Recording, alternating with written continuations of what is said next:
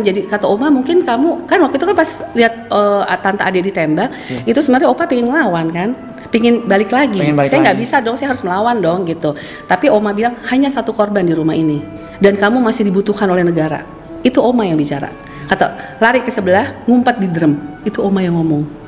Dan Opa kan sempat kakinya kena tanaman. Betul. Ya, saya suka godain adik saya. Tapi sebelum meninggal adik saya tuh minta bikinin baju tentara. Dan ayah saya kebetulan dari Rusia baru bawa seperti apa sih untuk untuk piringan hitam. Dan lagu yang dia dengar tuh Gugur Bunga. Sambil pakai baju kuat anak kecil tuh di depan situ. Itu saya nggak bisa lupa. Jam 10 saya sudah pada masuk kamar semua. Ada telepon di sini. Aku yang ngangkat. Saya bilang, "Ini siapa ya?" "Oh, ini ya rumahnya Jenderal Yani ya?" "Iya, ada apa?" "Ah, enggak, mau nanya aja jam berapa gitu ya." "Oh, ini siapa?" Aku bilang, "Mau nanya waktu aja, Bu." Sambil ketawa-ketawa di seberang sana. Cowok. Siapa sih, aku tutup ya. Jangan kurang ajar ya, aku tutup gitu. Nelpon lagi yang kedua. Cuman mau mastiin waktu. Jadi mereka udah siap-siap. Bapak ada nggak di rumah? Kita bodoh banget ya, ada. Sampai kadang-kadang aku pikir, kenapa nggak kita umpetin bapak di atas itu? Gitu loh. Bapakku udah tidur. Andai tahu gitu Bu ya? Iya, nggak tahu. Jadi pagi-pagi kok semua gubrak-gubrak pada lari semua, ada apa? Pokoknya bapakku tuh udah diseret gitu. Kita masih lihat juga kok sedikit, Wi, sampai depan pintu. Aku yang belakang udah nggak kelihatan. Tapi diancam oleh Cakrawirawa. Masuk semua, kalau nggak saya tembak gitu loh. Kita kan takut ya, langsung tutup pintu deh. Bapakku udah diangkat, ditaruh sini, naikkan ke truk, dilempar ke sana Bu, atau yang sini? Sampai pintu situ. Pintu yang depan sini. Sudah diem aja, gimana caranya ngubungin ibu, nggak tahu ya kan. Teleponnya udah mati, udah diputus. Akhirnya saya teriak, karena kan situ telepon. Terus saya teriak dari tangga, "Mau ngapain? Siapa yang suruh? Siapa yang suruh?" Saya nanya dong, "Ngapain lo, enak aja masuk rumah gua gitu kan." Ayah saya udah begini aja, berdoa aja, udah suruh hormat, dihormat, dia bilang gitu. Ya saya udah begini aja, dia baru kesel kali dia, senapannya diambil, aduh saya nggak bakal lupa deh itu, gubrak langsung muka, pakai itu jatuh lah kan. Kalau pistol kecil kan beda, yang gede itu jatuh begini ngeplak, tekan, udah begitu.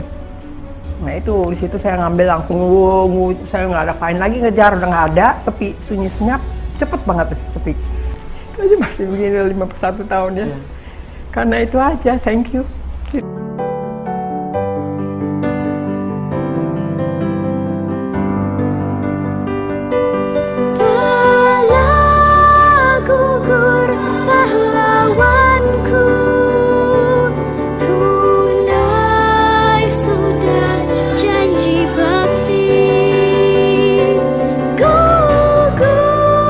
Satu tunggu 1000.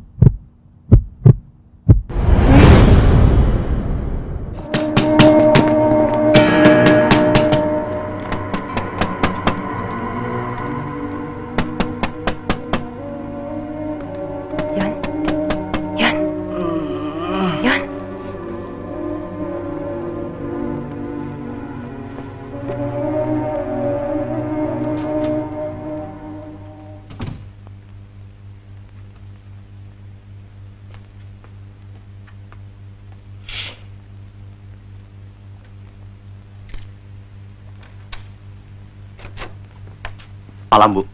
Malam. Ada apa? Kami diperintahkan untuk membawa Bapak menghadap Presiden. Sekarang? Ya, sekarang. Tunggu sebentar. Bapak masih tidur.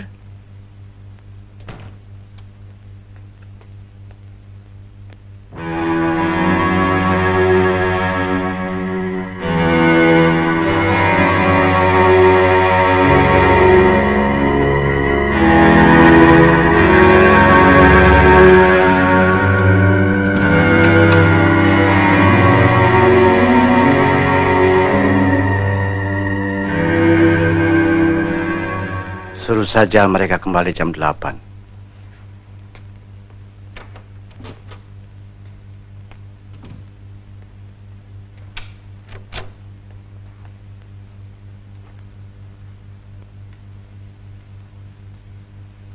Bapak bilang nanti saja kembali jam 8. Tidak bisa, Bu. Keadaan genting. Sekarang juga Bapak harus berangkat. Kami harus membawa Bapak sekarang. Kalau begitu, sebentar.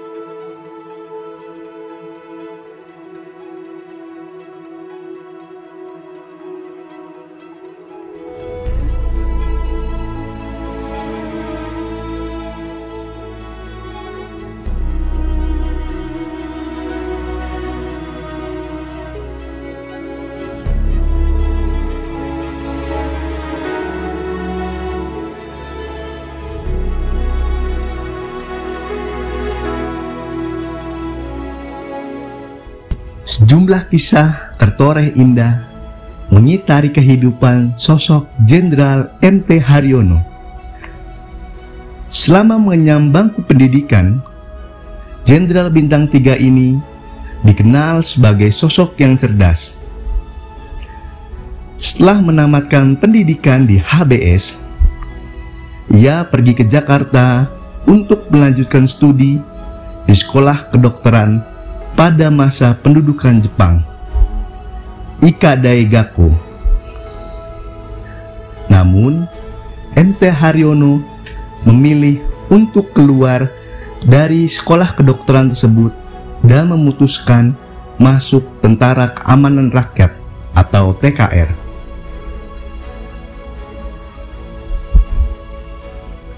Ketika bergabung ke TKR, M.T. Haryono memperoleh pangkat mayor. Ia juga sempat mengemban jabatan sebagai Sekretaris Dewan Pertahanan Negara, Wakil Kementerian Pertahanan Urusan Gencatan Senjata, Direktur Intendance AD, dan Deputi 3 Menteri atau Panglima Angkatan Darat Menpangat dengan pangkat Mayor Jenderal. Selain itu, M.T. Haryono memiliki kemampuan yang baik dalam penguasaan bahasa asing, yaitu bahasa Inggris, Belanda, dan Jerman. Tak jarang dirinya diikutsertakan dalam perundingan dengan pihak Inggris maupun Belanda. Bahkan ketika berlangsungnya konferensi meja bundar atau KMB, M.T. Haryono ditugaskan sebagai Sekretaris Delegasi Militer Indonesia. Lika-liku M.T. Haryono saat menjabat sebagai Deputi 3 Menpangat. Ketika M.T. Haryono menjadi seorang Deputi 3 Menpangat, bangsa Indonesia banyak dilanda pemberontakan. Salah satunya oleh Partai Komunis Indonesia atau PKI. Kala itu, PKI mengusulkan untuk membuat angkatan kelima dengan mempersenjatai kaum buruh dan tani. MT Haryono dan sejumlah perwira tinggi menolak usulan tersebut. Oleh sebab itu, ia menjadi salah satu target dalam peristiwa 30 September 1965. Dini hari pada tanggal 1 Oktober 1965, anggota Cakrabirawa yang menyebut diri mereka adalah Gerakan 30 September mendatangi rumah Haryono di Jalan Prambanan nomor 8. Istrinya terbangun oleh sekelompok orang yang mengatakan bahwa suaminya telah dipanggil oleh Presiden Soekarno. Ibu Haryono kembali ke kamar tidur, mengunci pintu di belakangnya, dan mengatakan suaminya apa yang terjadi. Ia mengatakan kepadanya untuk tidak pergi dan memberitahu para pasukan untuk kembali pada pukul 8. Namun, Jenderal Haryono curiga dan mematikan lampu, memberitahu istrinya untuk pindah bersama anak-anak mereka ke kamar sebelah. Cakrabirawa kemudian melepaskan tembakan melalui pintu kamar tidur terkunci, dan Haryono melompat ke lantai. Ia bersembunyi untuk menunggu penyerang pertama yang masuk ke kamar tidur membawa kertas pembakaran untuk cahaya. Jenderal Haryono mencoba untuk merebut senjata prajurit, namun gagal dan berlari keluar dari pintu dalam kebingungan. Dia ditembak mati oleh ledakan dari senjata, diseret melalui kebun, dan tubuhnya dibawa ke salah satu truk yang menunggu.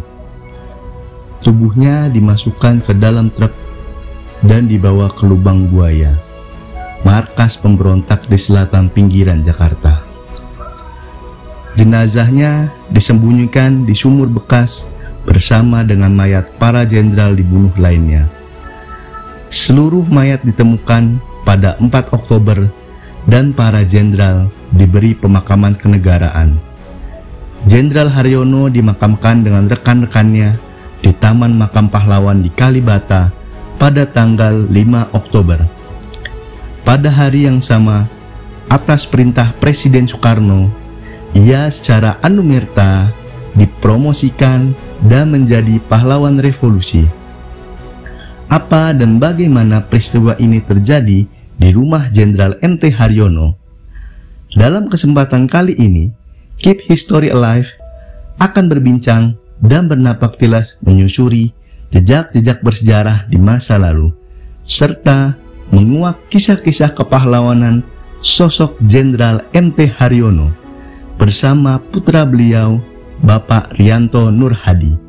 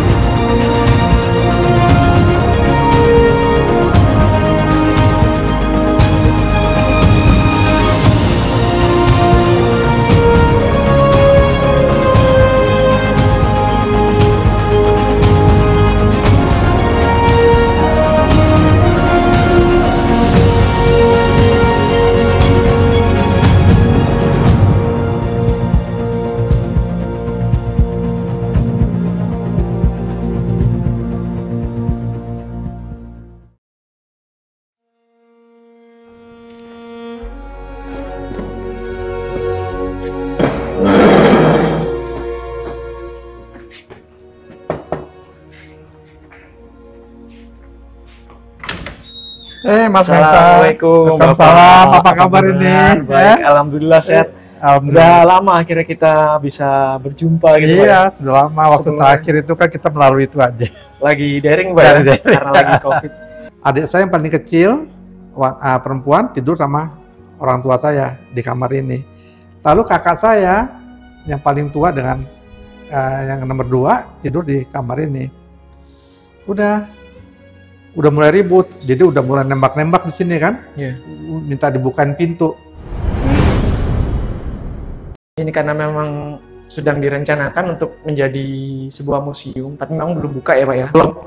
Jadi masih Iya. diproses, dan beberapa alat-alat dan benda-bendanya juga masih dirapikan. Nah, dulu posisi tempat tidur. Ya. Ini ya tempat tidurnya. Bukan yang ini nih. Tempat tidurnya ada di situ tuh, di sebelah. Itu kan ini peluru semua nih, Masih asli, Pak, ya? bolong-bolong. Nah, posisi tempat tidur itu di sini. Oh iya. Panjang ya? Iya. Di sini. Lalu di sini box tempat adik saya tidur yang kecil. Mereka masuk dari sini kan? Iya. Di berondong sini kan? Nah, ayah saya posisinya ini di belakang lemari. Ada lemari, ini bukan asli juga nih. Yeah. Lemarinya udah hancur banget. Ini udah hancur banget ya. Ini baju-baju ayah saya udah hancur. Jadi tembaknya di sini jadi bolong semua kan? Iya, digantung. Nah, dia ngumpetnya di sini, di belakang sini. Pada waktu itu. Nah, waktu saya masuk dari situ, kamar itu, saya buka pintu itu, ayah saya masih sempat kasih kode gitu ya? Kasih kode gitu. Sementara ini udah ini masuk gitu loh. Saya lari ke sebelah. Seperti itu. Jadi ini kamarnya nih kamar yang otentik ya. Jadi di sini nih sebetulnya darahnya nih waktu itu. Ini kan ada tempat tidur. Di sini nih semua darahnya banyak. Dia pel. Berarti pada saat Bapak kasih kode itu ke Pak Riri juga itu, mereka masih belum masuk ya posisinya? Lagi posisi berusaha Iya. masuk. Nggak ada yang masuk dari jendela gitu, Pak? Nah itu ya, ada. Jadi dari sebelah situ, tapi kamar tengah yang nembakin dari sebelah. Dari sini yang ke tempat tidur. Yang ke atas tempat tidur. Itu dari situ, dari samping.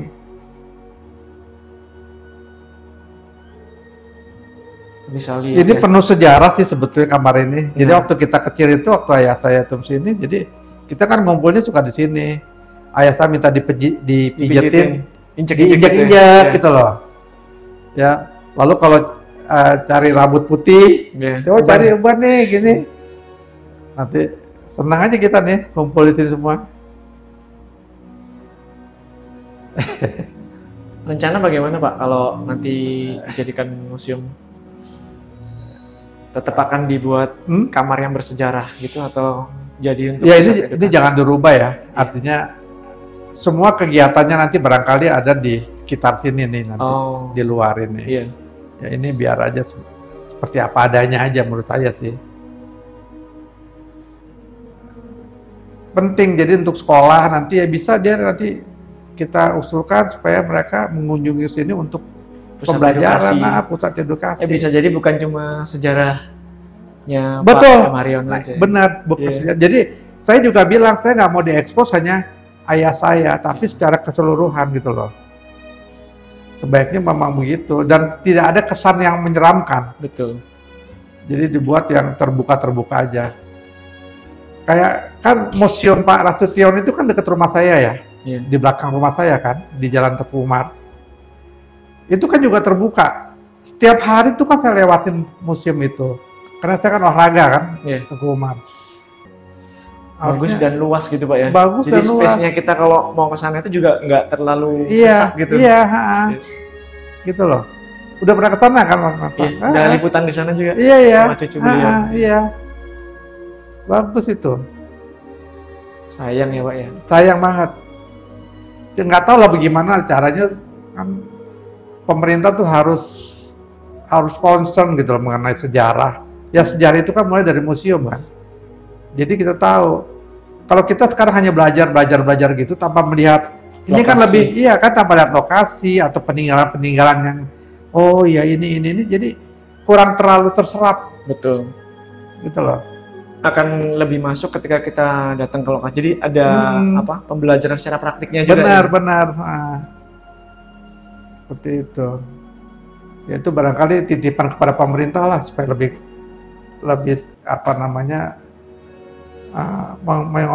mengembangkan museum sebagai tempat yang layak untuk dikunjungi gitu Pak ya. Karena saya rasa juga untuk membuat sebuah museum dananya juga tidak sedikit kan? Tidak sedikit. Ketika sudah ada ternyata sepi kan sayang sekali. Nah iya. Nah saya nggak tahu lah konsepnya harus seperti apa ya. Iya.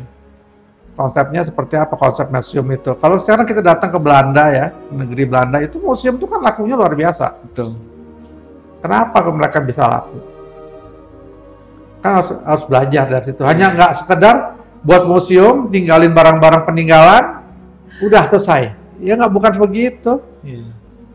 Museum Sasmita Loka juga nggak terlalu itulah.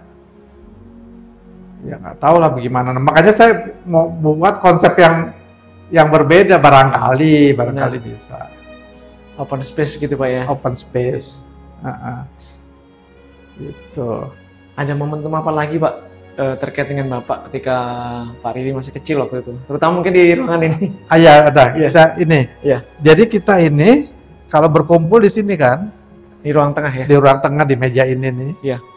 Ya di meja ini kita berkumpul, lalu kemudian karena mejanya kecil, anaknya 5, jadi makannya di luar situ, di terbuka, teras terbuka. Nah kalau belajar semua di sini, ayah saya itu dia punya tongkat dari Kalimantan, dari karet mati, ya dari karet mati. Ditaruh aja di atas meja sini. Jadi kita belajarnya sungguh-sungguh. Dan kalau kita di strap, kita berdirinya di pojok situ tuh, menghadap tembok. Kakinya satu naik kan gitu. Yeah. Itu nggak boleh turun selama 30 menit, itu kan lama bener kan? Kalau sekarang turun ditambah 5 menit. Turun. Jadi, tapi menyenangkan. Ayah saya walaupun ditaruh tongkat di sini tidak pernah pakai tangan, hanya coba pegang-pegang begini kita udah takut semua. Zaman dulu kan begitu kan, kita takut sama orang tua. Sekarang orang tua takut sama anak gitu. Beda. Nah ini jadi kekeluargaannya itu kental sekali. Lalu kalau malam dia suka dengerin musik sama ibu saya di sana, suka dansa berdua, dansa itu ya. Yang gramafon ya Pak? Pakai namanya akai, tape yang gede-gede gitu tuh, ininya muter-muter gitu.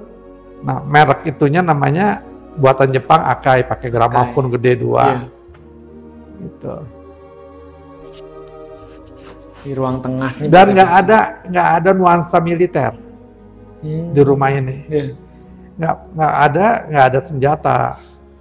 Lalu baju tentara juga jarang dipakai oleh saya. Kalau ayah saya pergi ya pakai baju biasa, pergi aja. Jadi memang dia itulah, bukan seperti itu gitu loh. Ya inilah yang harus kita, mudah-mudahan ini terakhir lah kejadian ini, nggak akan dialami lagi oleh yang lainnya. Menurut saya sih emang brutal sih kejadian ini. Ya belum lagi yang dibakar lubang buaya kan? Iya. Kita juga nggak tahu bagaimana itu. Ya, saya juga bayangin ya Pak ya, untuk rumahnya sendiri kalau rumah intinya dulu masih ini, kemudian kanan kiri mungkin masih banyak lahan kosong. Lahan kosong. Kemudian ada dua bis begitu. Dua bis sama 1 truk. Iya. Datang itu kayak apa ini? Tegangnya seperti apa? Apalagi yang menghadapi awal ketika masuk Ibu Haryono duluan Pak ya? Iya. Kita coba ngebayangin ya, karena kita kan nggak tahu apa-apa kan. Betul. Tiba-tiba didatangi oleh militer gitu banyak, pakai senjata. Ketakutannya, emang trauma sih kita jadinya. perlu waktu. Dan ini kan masa ini kan udah 50 berapa tahun yang lalu kan, 65 sekarang udah ya 57-8 tahun, 58 tahun yang lalu kejadian ini kan. Tapi masih kelihatan misteri. Kalau kita cari tahu apa sih sebabnya, kenapa sih, pertanyaan yang orang awam ya, sebagai seorang anak, apa sih penyebabnya kenapa ayah saya itu dibunuh secara keji gitu ya? Salahnya dia itu apa? Kan begitu pertanyaan kita kan? Kita ingin cari tahu. Tapi ketika kita ingin cari tahu yang lebih dalam lagi, itu begitu banyaknya cerita-cerita yang berbeda-beda di luar. Ya, yang inilah, yang itulah segala macam, sehingga membuat orang menjadi bingung. Nah, padahal pentingnya sejarah itu kan bukan kejadian peristiwa yang terjadi di rumah ini, tapi penyebab kejadian itu apa alasannya segala macam, sehingga orang tuh harus tahu ya bahwa pahlawan revolusi ini dibunuh karena apa mau PKI ya, apa memang yang lainnya, karena nanti PKI bilang pihak-pihak itu bilang oh enggak, ini ada begini, ternyata ada masalah internal di Angkatan Darat, oh ternyata ada petinggi dari Angkatan Darat yang terlibat ya, dan PKI itu hanya sebagai kambing hitam segala macam. Begitu banyaknya buku putih yang keluar. Betul. Masing-masing pihak mengeluarkan buku putih. Nah ini kan sampai sekarang kan nggak ada cerita gimana. Sedangkan pelaku-pelaku sejarah itu artinya yang mengalami langsung, bukan kita aja ya, tapi pejabat-pejabat teras TNI AD pada waktu itu kan banyak. Betul. Ya, you just name it lah.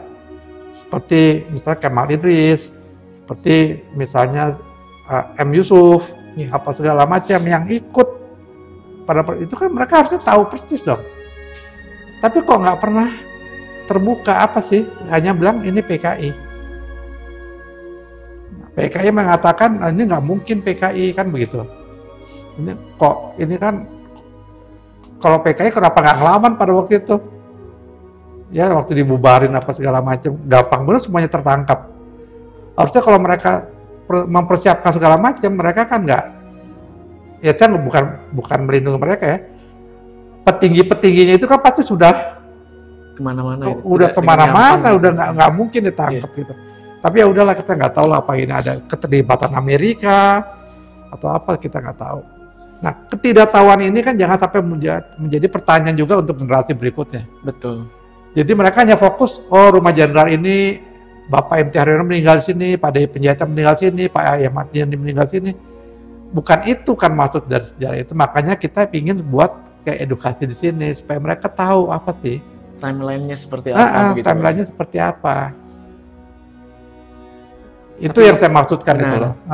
Dan ada obrolan dengan keluarga mungkin, pihak pertama ya Pak ya, bisa menggambarkan kondisi pada saat itu untuk bisa di-sharingkan kepada anak-anak muda. Iya. Sebetapa banyaknya keterbatasan pada masa itu, tapi ya ternyata bisa survive. Bisa survive. Ada pesan moralnya seperti itu.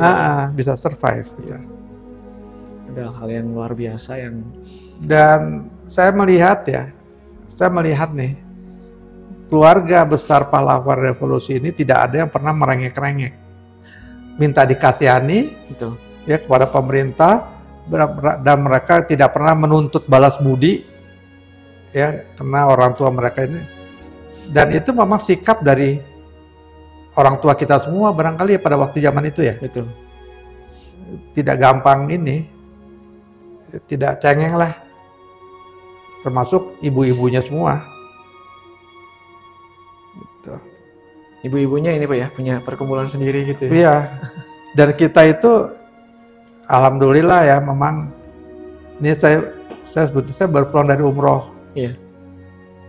Kita terharu sekali, setelah sekian puluh tahun lamanya, tiba-tiba Kasat Pak Dudung Abdurrahman ini minta kita datang bertemu dengan beliau. Jadi keluarga besar pahlawan revolusi diundang ke Mabes Angkatan Darat. Kita di sana bertemu ya, silaturahmi, makan apa segala macam. Ya jadi dekat jadi ya. Beliau bilang pada waktu itu bahwa keluarga pahlawan revolusi itu adalah keluarga angkatan darat. Jadi jangan sungkan kalau ada apa-apa kami gitu loh. Lalu terakhirnya beliau bilang untuk itu kita sebagai ini jasa-jasa daripada orang tua ini ya kita memberikan fasilitas umroh. Ya kan senang sekali kan kita diperhatikan seperti itu. Padahal kita kan nggak pernah minta. Ya, kita nggak pernah minta sama sekali. Jadi tersentuh juga kita setelah sekian 50 tahun lebih itu ternyata TNI itu memberikan perhatian yang cukup baik lah untuk kita semua. Ya kita ya alhamdulillah lah. Akhirnya kita pergilah ke untuk ini. Sempat ngikuti kemarin saya Pak. Oh ya? Iya dari Bu Amel. Karena suka kirim-kirim fotonya. Ini saya lagi dengan keluarga pahlawan revolusi. Oh gitu. Ada Pak Riri juga saya lihat, terus Bu Ros, mewakili PR ya. Oh gitu ya? Juga iya. Ya cukup terharu lah, setelah 30 tahun itu nggak di ini. Dan kita jadi merasa gimana ya, oh rupanya mesti dianggap kita sebagai keluarga besar TNI Angkatan Darat. Oh seneng kan kita jadinya. Iya. Walaupun kita toh juga nggak minta apa-apa gitu loh. Betul. Jadi emang perhatiannya sekarang adalah dari Pak Dudung ini. Karena saya juga sedih juga, udah berapa tahun terakhir ini, 2 tahun apa setahun ya? 2 tahun kalau nggak salah. Biasanya itu tanggal 30 September malam, itu ada tahlilan di Lobang Buaya. Tiba-tiba dihilangkan sekarang, nggak ada berita, nggak ada apa gitu loh. Nah, pada yang sebagai pelaksana itu adalah dari Kodam 5 kan? Iya. Kodam 5 Jaya. Bingung juga, kok tiba-tiba ditiadakan gitu loh. Nanti bisa kemudian menjalan nanti barangkali peringatan di Lobang Buaya juga ditiadakan. Nah, kita nggak mau, kita bukannya minta diingat ya, tapi ini kan sejarah ya, sejarah yang harus masuk ke dalam pikiran ke generasi muda ya. Kalau itu sekarang kemudian ditinggalkan satu-satu, oke lah kalau untuk ini kan masalah keluarga ya, tahlilan ya. Tapi masalah yang di Lobang Buaya tanggal 1 Oktober itu kan sebetulnya jangan dihilangkan. Bahkan sekarang di sekolah-sekolah juga sejarah itu bukan merupakan satu pelajaran yang penting lagi gitu loh. Nah itu kalau itu semua dihilangkan nanti bagaimana bangsa kita nanti ke depannya. Betul. Saya rasa kalau tahlilan itu kan sebenarnya lebih ke spirit rohani ya Pak ya. Artinya ya terlepas dari ada unsur sejarahnya, mengingat flashback ke sejarah atau enggak, tapi kan kita berdoa untuk mengirim doa para korban pada saat itu kan. Menurut saya udah jauh dari propaganda sejarah sih kalau misalnya itu mau dihilangkan. Jauh dari propaganda sejarah. Iya. Sayang sekali. Kalau ini Pak, kalau ruang-ruang di sebelah ini sebelum peristiwa belum ada Pak ya? Jadi ini nggak ada. Ini kalau belakang nih ada. Dapur ya Pak? Dapur, jadi ini ada perubahan ya. Dapur nih dulu sebelah sini nih. Ini kan kamar mandi sekarang. Nah itu sebetulnya dapur. Di sini tuh ruang terbuka juga. Jadi kayak teras kecil. Betul. Ya. Itu untuk duduk-duduk. Lalu di belakangnya tuh udah kamar pembantu, gudang segala macam. Jadi memang ini terbuka sebetulnya nih. Nah, lalu oleh ibu saya ditutup. Open space beneran Pak ya? Ini semua lapangan ini. Itu ada kebun rumah anggrek. Iya. Di situ. Masih banyak tanah lowong pada saat itu ya. Ini kalau dibongkar nih luas nih. Kalau ibu sendiri baru Pak ya? Meninggalnya baru ya 2015 kalau. Iya. Di usia yang 89-90 tahun lah. Untuk lencana-lencananya sendiri masih asli Pak ya? Ini asli nih, ini pangkat terakhir nih. Ini topinya juga asli, itu bintang ini. Nggak diamankan. Jadi gini, ibu saya orangnya itu sangat realistis, ya, sangat realistis. Dia nggak mau itu pengalaman pahit itu menjadi bagian dari masa depan dia. Jadi tuh banyak peninggalan ayah saya nih, bintang-bintang segala macam, sama dia tuh dibungkus dibuang aja. Oh gitu. Dia nggak mau mengingat masa-masa itu. Jadi ini yang bisa kita protek ya. Baju-baju ayah saya semua peninggalan itu udah Jadi nggak mau mengingat-ingat yang dia nggak mau nanti menjalankan ke masa depan dia terbebani dengan masa lalu. Orangnya realistis sekali. Jadi dia hanya fokus kepada anak-anak, udah nggak mau dia nangis-nangis itu loh. Oh sedih, suaminya segini segala macam, nggak mau. Jadi makanya banyak peninggalannya dia tuh yang nggak disimpan. Misalnya dokumen-dokumen, Aisyah kan banyak dokumen kan dia, hasil rapat segala macam. Itu untuk dia tuh apa sih, banyak-banyak kertas sudah buang, bakar. Gitu ibu saya modelnya. Jadi ini yang bisa diselamatin sih, yang lainnya sudah nggak tahu udah kemana. Ini banyak yang ini Pak ya, kalau ada permintaan museum misalnya kayak Lubang Buaya atau di museum Sasmita Loka Ahmad Yani kan juga ada beberapa relik dari pahlawan revolusi. Iya. Mungkin ya itu aja yang baru bisa diselamatkan. Iya, itu baru diselamatkan. Foto-foto ayah saya tuh nggak tahu pada kemana. Dulu tuh banyak bener tuh. Sayang banget Pak. Di Belanda, di mana segala macam, sama ibu saya sih udah. Dia kan kalau itu ngomong suka ngomong bahasa Belanda. Nonsen ini katanya udah buang-buang nih nggak ada. Akhirnya foto-fotonya nemu itu Pak ya. Yang sama iya, akhirnya ada orang-orang lain yang kirim. Bukan dari sumber dari kita. Iya. Gitu loh. Ya itulah, dia realistis banget hidupnya. Dan nggak pernah berpura-pura. Tapi juga jarang ngomong. Dia nggak pernah ngomongin orang. Biasanya gitu sih Pak. Orang biasanya kalau nggak banyak ngomong biasanya gitu. Iya. Punya pendirian kuat juga. Banyak ngomong. Pada saat ini Pak, pada saat rekonsiliasi atau dalam bentuk film, itu Ibu jadi narasumber langsung? Ibu jadi narasumber tapi nggak ngomong banyak. Jadi kakak saya yang paling besar yang tahu kan. Babab ya? Mas Babab.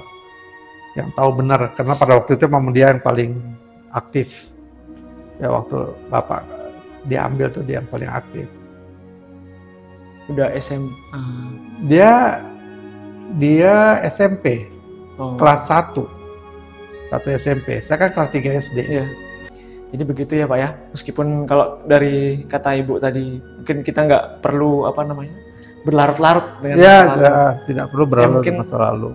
Ya kita belajar sejarah memang bukan untuk belajar tentang bernostalgia, tapi supaya kehidupan ke depan itu bisa lebih terarah dari adanya kesimpulan-kesimpulan dan juga hikmah di masa lalu seperti itu. Iya. Tapi ya mungkin nggak tahu ya apa yang dipikirkan oleh ibu saya, dia nggak mau terhambat oleh masa lalu, karena masa depan dia pada waktu itu kan mesti banyak yang harus diperjuangkan untuk anak-anak yang 5 ini. 5. Iya kan 5 anak-anaknya. Si kecil-kecil. Benar. Dia harus mikir gimana sekolahnya, gimana mendidiknya gitu loh. Sementara dia harus cari duit. Dia nggak mau deh terbebani oleh itu. Di Jakarta semua Pak ya sekolah? Akhirnya untuk kakak saya Mas Babab di Belanda. Ya hasilnya semua nih. Lalu kalau saya kan beasiswa di Filipina. Saya dapat. Lalu adik-adik saya semuanya di sini. Bapak mungkin ada bagian-bagian yang perlu diceritakan atau mungkin disampaikan untuk penonton kita yang sebagian besar generasi muda ini Pak? Iya, saya hanya mengingatkan bahwa memang ada ya sebagian dari generasi muda itu yang antusias ya untuk mengetahui mengenai sejarah seperti apa Mas Menta segala macam ya. Itu banyak lagi ya, mereka menghubungi saya, menanya-nanyakan, saya datang ke sini dan turut memelihara karena mereka punya concern terhadap sejarah itu besar sekali. Tapi itu mungkin hanya sebagian kecil dari begitu banyaknya generasi muda yang sekarang ini pemikirannya itu udah berbeda dengan kita kan, karena mereka lebih ya sekarang kan generasi bukan milenium lagi kali, udah Gen Z ya, udah nggak mikir-mikir lagi lah mengenai sejarah. Iya. Yang mereka realistis saja lah, hidup itu seperti begini gitu loh. Karena medianya minim juga Pak. Medianya minim. Nah, ini mungkin perlu ditingkatkan terus-menerus karena ini kan sejarah ini kan bagian daripada pentingnya untuk satu negara itu bisa lebih maju kan, lihatnya kan dari sejarah ini. Tapi kalau mereka tidak melihat ini, gimana mereka akan maju? Gimana NKRI ini bisa tetap seperti NKRI? Rasa kebangsaan yang tinggi, rasa nasionalisme yang tinggi, itu bisa hilang ya dengan kondisi seperti ini. sekarang kita tahu bahwa dengan era seperti perkembangan seperti ini, itu udah udah nggak ada batasan di setiap negara itu, ya. Jadi udah campur baur. Tapi kalau kita nggak punya prinsip terhadap negeri kita ini, ya kita akan susah ke depannya. Kita nggak punya budaya akhirnya. Ya, sekarang seperti budaya pakaian aja udah kita tahu udah banyak berubah, ya. Dulu nenek saya mesti pakai kebaya tiap hari, sekarang udah nggak tahu berubahnya tuh begitu cepat, ya, sehingga kita nggak punya rasa kebangsaan lagi nanti. Benar. Nah, ini yang kita khawatirkan. Jadi hendaknya nih ya instansi-instansi yang terkait atau pihak-pihak yang terkait yang masih concern terhadap sejarah ini, cobalah kita duduk bersama-sama untuk melihat bagaimana nih perkembangan sejarah kita ini nanti ke depan. Itu aja barangkali yang saya bisa sampaikan. Makasih banyak loh Pak, saya bisa diperbolehkan untuk masuk dan melihat bagaimana saksi bisu dari sebuah peristiwa penting dari sejarah bangsa ini. Karena di tahun 65 dan sebelum dan sesudahnya itu menjadi catatan kelam yang mungkin sampai sekarang masih menjadi misteri.